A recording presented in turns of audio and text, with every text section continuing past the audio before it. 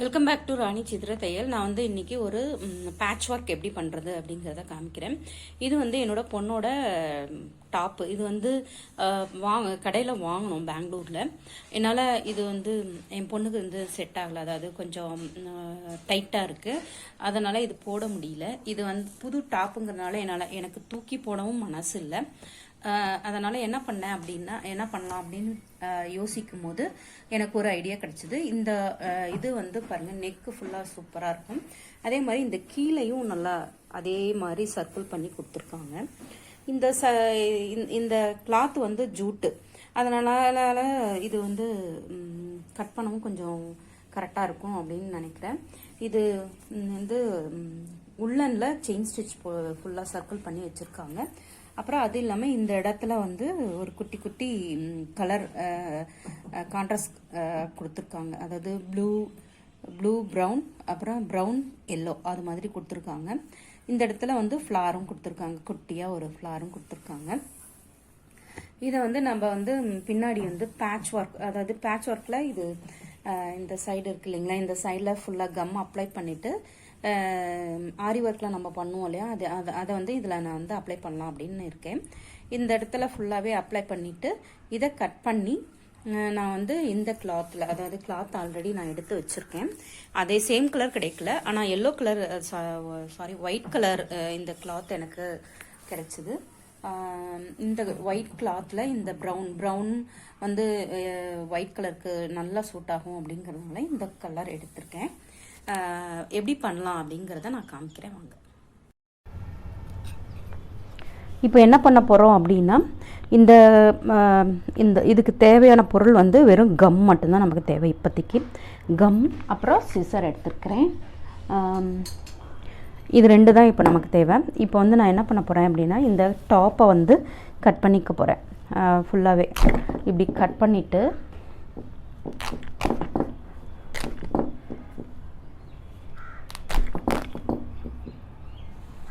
Front மட்டும் நான் எடுத்துக்கிறேன். இந்த ஃப்ரண்ட்டை மட்டும் எடுத்துட்டோம் அப்படின்னா போதும்.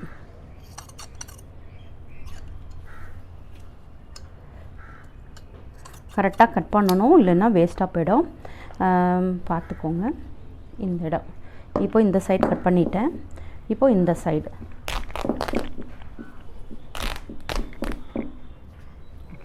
பாருங்கள். இப்போது இந்த சைடு கட் பண்ணிக்கலாம்.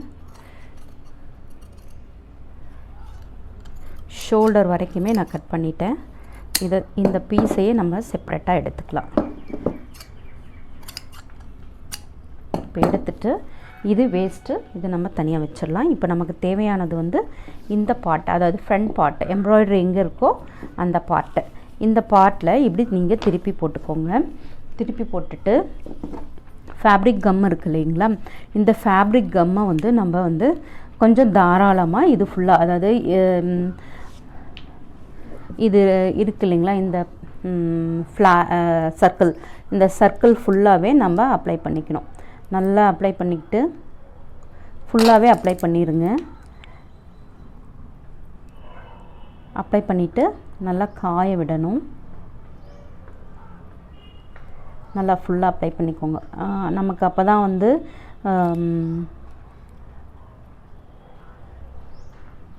இதுவாகி வராது. அதனால் நம்ம என்ன பண்ணுறோம், இதை அப்படியே ஃபுல்லாக பாருங்கள், இப்படி நல்லா ஃபுல்லாக எல்லா இதுக்கும்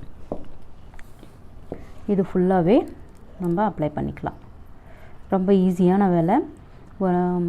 ஒரு நியூ டாப்பு நமக்கு வேஸ்ட்டாக போகுது, ஒன்றும் பண்ண முடியல, சில சமயம் நமக்கு அப்படி அமையிறது உண்டு. அப்படி அமையும் போது எம்ப்ராய்டரி வந்து வேஸ்ட் ஆகுது, அந்த டாப் வேஸ்ட் ஆகுது அப்படின்னு யோசிக்காமல் இப்படி கொஞ்சம் ட்ரை பண்ணோம் அப்படின்னா வந்து நமக்கு ஒரு திருப்தியாவது கிடைக்கும். ஏன்னா வாங்கினது போட முடியலங்கிறது வேறு, தூக்கி போட்டோம்னா சுத்தமாகவே யூஸ் பண்ண முடியாது. அதுக்கு நம்ம இப்படி பண்ணிக்கலாம். நல்லாவே கம் போட்டுக்கோங்க, இப்படி அவுட்டர் வரைக்குமே போட்டுக்கோங்க. போட்டுட்டு, ஏன்னா நம்ம கட் பண்ண தான் போகிறோம், இப்படி ஃபுல்லாகவே போட்டுக்கோங்க. இது ஃபுல்லாக போட்டுட்டு நான் காமிக்கிறேன். இப்போ பார்த்தீங்க அப்படின்னா இந்த இடத்துல வந்து பேப்பர்ஸ், அதாவது இந்த பேப்பர்ஸ்லாம் புது டாப்புங்கும் போது எம்ப்ராய்டரி போடும்போது இந்த மாதிரி பேப்பர்ஸ் வந்து உள்ள வச்சிருப்பாங்க.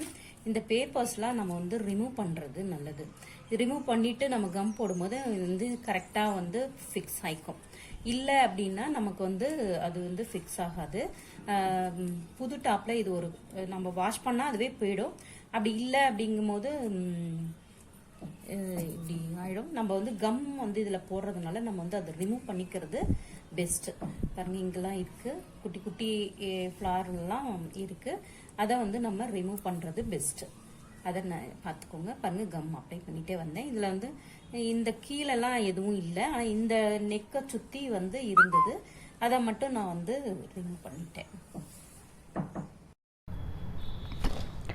இப்போது இது ஃபுல்லாகவே ட்ரை ஆகிடுச்சு. இதை நம்ம வந்து எப்படி கட் பண்ணுறது அப்படிங்கிறத பார்ப்போம். நான் இந்த பீஸ் மட்டும் காமிக்கிறேன்.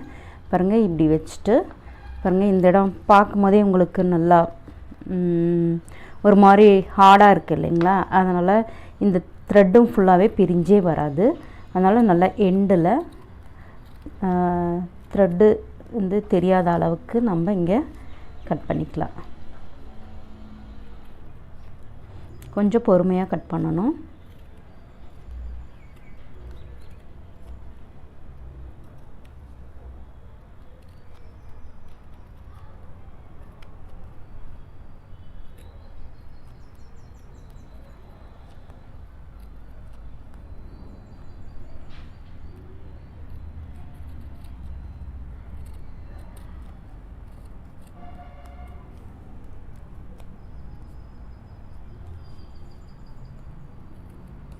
அப்படியே ஃபுல்லாகவே கட் பண்ணி எடுத்துருங்க.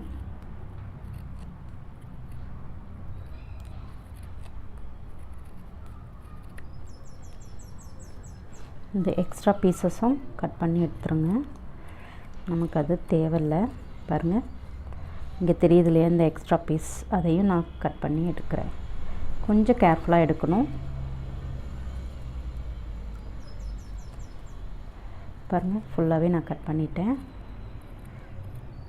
ஒன்றுமே ஆகாது, பிரிஞ்சு வரவே வராது. இதை வந்து ஃபுல்லாகவே இதே மாதிரி நம்ம கட் பண்ணலாம். பாருங்கள், நல்லா நீட்டாக இருக்கு இல்லையா? கொஞ்சம் பிசு இருக்கிறத தாராளமாக ட்ரிம் பண்ணிக்கலாம், ஒன்றும் ஆகாது. ஏன்னா ஃபுல்லாக கம் போட்டிருக்கிறதுனால உங்களுக்கு பிரிஞ்சே வராது. அழகாக இருக்குது இல்லைங்களா? இது மாதிரி நம்ம ஃபுல்லாகவே கட் பண்ணணும். இது ஃபுல்லாக கட் பண்ணிவிட்டு நம்ம எப்படி அரேஞ்ச் பண்ணுறது அப்படிங்கிறத நம்ம பார்க்கலாம். இப்போ நான் இது ஃபுல்லாகவே கட் பண்ணிட்டேன். பாருங்கள், ஃபுல்லாக கட் பண்ணி எடுத்துட்டேன். இதில் வந்து இந்த குட்டி குட்டி பீஸும் கட் பண்ணிட்டேன். இப்போ என்ன பண்ணுறோம் அப்படின்னா, நெக் டிசைனில் செயின் ஸ்டிச் 2 லேயர் போட்டுட்டு இது பண்ண போகிறோம். இதில் வந்து எனக்கு வந்து இந்த கலர் போட்டால் அழகாக இருக்கும்னு நான் நினச்சேன். இந்த கலரோ போட்டால் ரொம்ப அழகாக இருக்கும்னு நினச்சேன். ஆனால் எனக்கு வந்து இப்போது வந்து இந்த 2 கலருமே இல்லை. ஏன்னா நான் மார்க்கெட் போகணும், மார்க்கெட் போக எனக்கு டைம் இல்லை. அதனால் இருக்கிற அந்த ப்ரௌனியே நம்ம யூஸ் பண்ணிப்போம். மெரூன் கலர் கிடச்சிருக்கு, இந்த மெரூனியே யூஸ் பண்ணிப்போம் அப்படின்னு சொல்லிட்டு நான் வந்து இந்த பாருங்கள் நல்லா பர்ஃபெக்டாக இருக்குது. அதனால் இந்த ரங்கோலி த்ரெட்டை எடுத்திருக்கேன். வாங்க எப்படி செயின் ஸ்டிச்சு ஆல்ரெடி நான் உங்களுக்கு சொல்லி கொடுத்துருக்கேன். இருந்தாலும் இன்றைக்கும் நான் உங்களுக்கு எப்படி செயின் ஸ்டிச் போடுறது அப்படிங்கிறத காமிக்கிறேன். பாருங்கள், அடியிலேருந்து நூலை வந்து வெளியில் எடுத்துக்கோங்க. 3 த்ரெட் எடுத்திருக்கேன். இதில் வந்து இந்த இடம் வந்து இப்படி குத்திக்கோங்க. குத்திட்டு ஒரு சுற்று இப்படி சுற்றிட்டு இப்படி மெல்ல கையில் இழுக்கணும். இல்லைன்னா சிக்கு விழ ஆரம்பிக்கும். அதனால் மெல்லமாக கையில் இழுத்திங்கன்னா அழகாக ஒரு செயின் மேக் ஆகிடும். பாருங்கள், த்ரெட்டை வந்து நான் சொன்ன மாதிரி இந்த பக்கமே வச்சுக்கோங்க. வச்சுட்டு இப்படி கோட்டு மேலே நான் கொஞ்சம் பெருசாகவே போடுறேன். ஏன்னா எனக்கு போடவும் ஈஸியாக இருக்கும், ப்ளஸ் பார்க்கவும் வந்து நல்லாயிருக்கும். அதனால் நான் பெருசாக தான் போடுறேன். பாருங்கள், இப்படியே கண்டினியூஸாக போட்டோம் அப்படின்னா அழகாக இருக்கும். இது ஒன்றுமே பண்ண வேண்டாம். பாருங்கள், அப்படியே கையில் பிடிச்சி இழுத்திங்கன்னா அழகாக போடலாம். இது ஒரு சுத்து. இல்லை அப்படின்னா இந்த த்ரெட்டை வந்து இழுத்து முடிச்சுட்டு இந்த த்ரெட்டை இந்த சைடு இப்படி வச்சுட்டு இந்த த்ரெட் வந்து இப்படி இருக்கிற மாதிரி, அதாவது இந்த த்ரெட்டுக்குள்ளார இந்த ஊசி வர்ற மாதிரி குத்தி எடுத்தீங்க அப்படின்னா செயின் வந்துடும். ரொம்ப கஷ்டப்படணும் அப்படிங்கிற அவசியமே கிடையாது.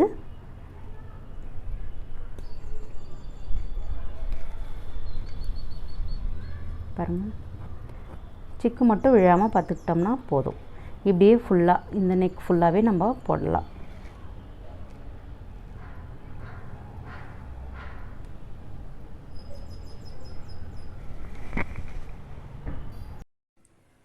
இப்போ பார்த்தீங்க அப்படின்னா நான் இது ஃபுல்லாகவே முடிச்சிட்டேன். அதாவது கம் எப்படி போட்டு ஒட்டுறது அப்படிங்கிறத காமிச்சு இல்லைங்களா. நான் வந்து இந்த நெக்கு ஃபுல்லாக வந்து இந்த இடம் இருக்குது இல்லையா, இந்த இடம் ஃபுல்லாகவே இந்த இடம் வந்து செயின் போட்டோம் இல்லையா, அந்த செயின் வந்து நான் ஃபினிஷ் பண்ணிட்டேன். அதுக்கப்புறம் அந்த இதையும் கம் போட்டு ஒட்டியிருக்கேன் ஆல்டர்னேட்டிவாக. இதுவும் ஆல்டர்னேட்டிவாக அங்கங்கே ஒன்று ஒன்று ஒட்டியிருக்கேன். இங்கே பார்த்தீங்க அப்படின்னா இங்கேயும் அதே மாதிரி ஒட்டியிருக்கு. பாருங்கள், எல்லோ க்ரீன் எல்லோ அது மாதிரி. அதே மாதிரி இந்த சைடும் க்ரீன் க்ரீன், இந்த மிடில் வந்து 2 க்ரீன் வச்சுருக்கேன். அப்புறம் இங்கே வந்து எல்லோ க்ரீன் எல்லோ இப்படி ஆல்டர்னேட்டிவாக வச்சுருக்கேன். இந்த கீழே வந்து பார்டர் வந்து மேக் பண்ணி வச்சுருக்கேன். இந்த இடத்துல ஒரு லைன் போட்டு வச்சுருக்கேன், லைட்டாக போட்டிருக்கேன். இந்த இடத்துல வந்து நம்ம வந்து ஒரு மேலே போட்டு அதே செயின் ஸ்டிச் போடலாம் அப்படின்னு பிளான் போட்டு வச்சுருக்கேன். இப்போ என்ன பண்ண போகிறோம் அப்படின்னா, பாருங்க இங்கே இது வரைக்கும் ஒட்டிட்டேன். இதுக்கு மேலே வந்து நான் ஒட்டலை. இது மாதிரி நீங்கள் கம் போட்டு ஒட்டிக்கோங்க. ஆல்ரெடி எப்படி கம் போடுறதுன்னு உங்களுக்கு காமிச்சேன் இல்லையா, அது மாதிரி கம் போட்டுக்கோங்க. இது கம் போட்டுட்டு எந்த இடத்துல வேணுமோ அந்த இடத்துல கரெக்டாக நம்ம இப்படி ஃபிக்ஸ் பண்ணிக்கலாம். நல்லா இப்படி நல்லா அழுத்தி விட்டீங்க அப்படின்னா ஃபிக்ஸ் ஆகிடும். இப்போது இன்னொன்று இதுவும் கம் போட்டு நான் வச்சுருக்கேன் ரெடியாக. இந்த இடத்துல ஃபிக்ஸ் பண்ணிக்கலாம் இப்படி.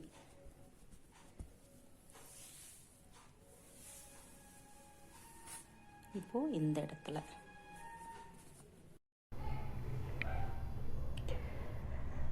இப்போ இது ஃபுல்லாகவே முடிச்சாச்சு. இந்த கீழே சொன்னேன் இல்லைங்களா ஒரு லைன் போட்டேன் அப்படின்னு சொல்லிட்டு, அதுவும் நான் வந்து ஃபுல்லாகவே முடிச்சிட்டேன். பார்க்கவே அழகாக இருக்கு இல்லையா. இது வந்து நம்ம தைச்சிட்டு எப்படி இருக்குது அப்படிங்கிறதையும் நம்ம பார்க்கலாம்.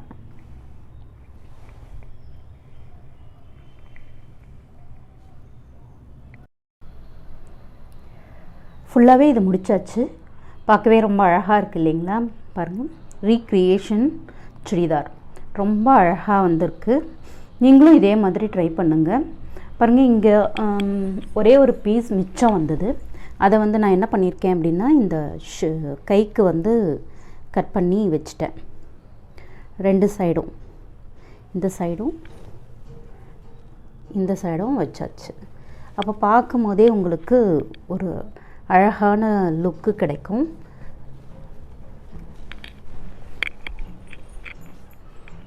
பாருங்கள்,